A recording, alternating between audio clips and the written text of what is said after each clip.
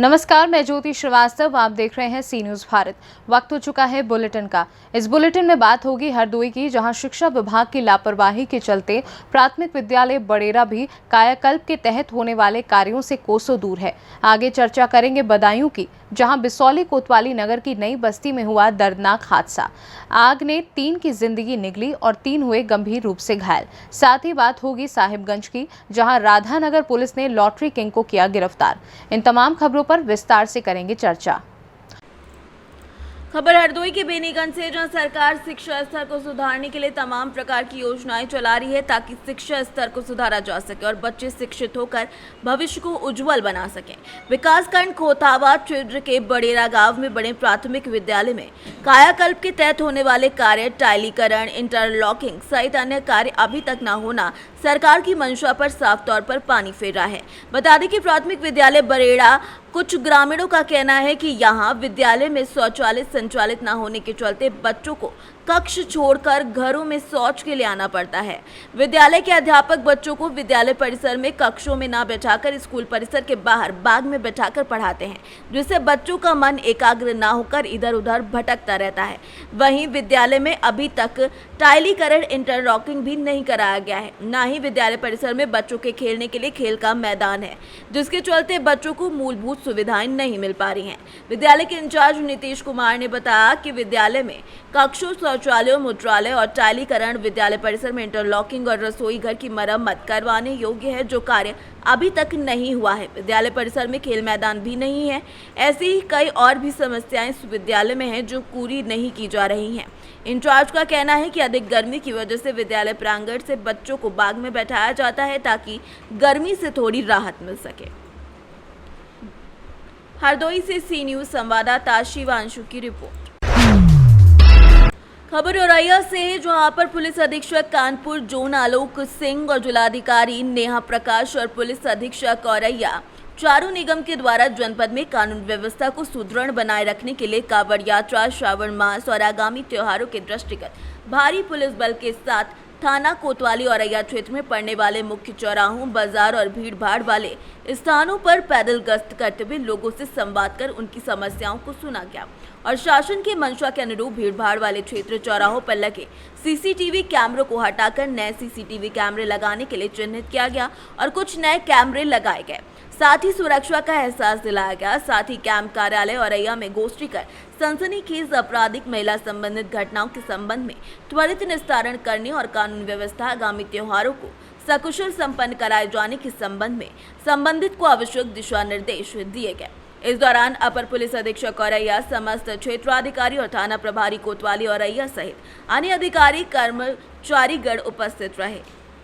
ADG sir ने एक आकस्मिक विजिट करी थी औरैया की, जिसमें ऑपरेशन कन्विक्शन, जो शासन की प्राथमिकता में अभियोग हैं, जिनकी पैरवी लगातार की जा रही है ताकि उसमें जो सिलेक्टेड केसेस हैं उसमें शीघ्र अतिशीघ्र पैरवी करके सनसनीखेज अपराधों में और महिला संबंधी अपराधों में इन सब में सज़ा कराई जा सके। एक ऑपरेशन दृष्टि जो ये चलाया जा रहा है डीजीपी सर की तरफ से, उसमें जितने कैमराज हैं उनको ठीक से रीअलाइन करके और इनको जियो टैग करके कार्रवाई चल रही है। और जितने कैमराज हैं लगभग उतने ही कैमराज नए लगाने के लिए लगभग सभी जनपदों में चल रहा है। तो औरैया में भी 205 कैमरे लगाने का एक ऑपरेशन दृष्टि के तहत कार्रवाई चल रही है। उसकी सर ने स्वयं समीक्षा की। 10 तारीख से शुरू हुए, अब तक जो है 32 कैमरे नए लग चुके हैं और जो पुराने कैमरे हैं उन सबको जियो टैग कर लिया गया है, उन सबको रीअलाइन कर लिया है। तो इसकी सर ने स्वयं समीक्षा की। इसके अलावा सावन मास चल रहा है और मुहर्रम का त्यौहार शुरू हो गया। औरैया से सी न्यूज़ संवाददाता अभिषेक मिश्र की रिपोर्ट। खबर बदायूं से है, जहां बिसौली कोतवाली नगर के मोहल्ला नई बस्ती ईदगाह रोड पर देर रात एक दर्दनाक हादसा हुआ, जिसमें मां, बेटे और बेटी समेत 3 की जिंदगी निकल ली गई, जबकि 3 झुलसकर गंभीर रूप से घायल हो गए। पुलिस के मुताबिक बिसौली नगर के मोहल्ला नई बस्ती ईदगाह रोड पर देर रात हाई टेंशन विद्युत लाइन का तार अचानक से टूटकर गिरा और करंट की चपेट में आ जाने से घर के बाहर सड़क पर सोए हुए मां, बेटे और बेटी समेत 3 की दर्दनाक मौत हो गई, जबकि 3 गंभीर रूप से झुलस गए। पुलिस ने सभी घायलों को नजदीकी सीएचसी भर्ती कराया, जहां उन्हें गंभीर हालत में डॉक्टर ने जिला अस्पताल रेफर किया है। तीनों मृतकों के शवों का पंचनामा भरकर पोस्टमार्टम के लिए भेज दिया गया है और हादसे की जांच पड़ताल करी जा रही है। इधर मामले की जानकारी होने पर एसडीएम बिसौली कल्पना जायसवाल और सीओ बिसौली सुनील कुमार ने घटनास्थल का निरीक्षण कर जरूरी दिशा निर्देश भी दे दिए हैं। बदायूं से सी न्यूज संवाददाता ओमवीर की रिपोर्ट। खबर बलरामपुर से है, जहां पर बाढ़ आपदा के दौरान विषम परिस्थितियों से निपटने के लिए जिलाधिकारी बलरामपुर अरविंद कुमार सिंह, पुलिस अधीक्षक बलरामपुर केशव कुमार के नेतृत्व में टीम और स्थानीय पुलिस की संयुक्त टीम के द्वारा बाढ़ से बचाव सहायता के लिए राप्ती नदी के सिंघई घाट पर मॉक ड्रिल का आयोजन कर जिले में बाढ़ से बचाव की तैयारी के संबंध में जिला आवेदन प्रबंधन प्राधिकरण द्वारा सिंघई घाट पर मॉक ड्रिल कर पानी में फंसे लोगों को और पशुओं को मोटर बोट से बाहर निकालने और राहत सामग्री पहुंचाने का अभ्यास कराया गया। इस दौरान अपर पुलिस अधीक्षक नम्रता श्रीवास्तव, पुलिस अधीक्षक योगेश कुमार, मुख्य चिकित्सा अधिकारी बलरामपुर समेत कई लोग मौजूद रहे। जी, नाम क्या है आपका? सर मेरा नाम सचिन कुमार पांडे है। मैं आपदा मित्र का ट्रेनिंग करके आया हूँ 12 दिवसीय लखनऊ में, और हम सभी लोगों को आज बुलाया गया था राप्ती नदी पे। जैसे बाढ़ से सटे इलाके में हम लोग जो बाढ़ में कैसे लोगों को बचाया जाएगा, कैसे उन लोगों को राहत दिलाई जाएगी और कैसे उनको बचा के बाहर लाया जाएगा और सही जगह पे उनको सुरक्षित रखा जाएगा, पहुँचाया जाएगा। जी, आपका नाम क्या है सर? शिवम वर्मा। शिवम वर्मा जी, तो सर यहाँ पे किस लिए बुलाया गया था आप लोगों को? हम लोगों को बुलाया गया था जो है बाढ़ आपदा राहत मित्र के लिए। आपदा मित्र में हम लोग जी। ट्रेनिंग करके आए हैं लखनऊ से। ठीक, जैसे बाढ़ के समय में या किसी भी प्राकृतिक आपदा के समय में किस प्रकार सुचारू रूप से लोगों जनजीवन को बचाना है, इसी के विषय में आज एक मॉक ड्रिल राप्ती नदी सिंचाई पे थी, जिसमें माननीय जिलाधिकारी महोदय एवं पुलिस अधीक्षक महोदय एवं उपाध्यक्ष महोदय समस्त जो है जिले के सभी सम्मानित या गेस्टेड। जैसे इसमें बाढ़ से बचाव के लिए क्या करना चाहिए? सर्वप्रथम तो अपनी सर्वप्रथम तो बाढ़ में बचाव के लिए तो अपने जो है बचाव के लिए स्वयं की सुरक्षा देखनी है। उसके बाद में जो लोग बाढ़ में डूब रहे हैं या किसी प्रकार की जो है समस्या है, उनकी मदद करनी चाहिए। जी, और जैसे आकाशीय बिजली वगैरह अगर आई तो उसमें संबंधित क्या है? बलरामपुर से सी न्यूज संवाददाता अजय कुमार आर्य की रिपोर्ट।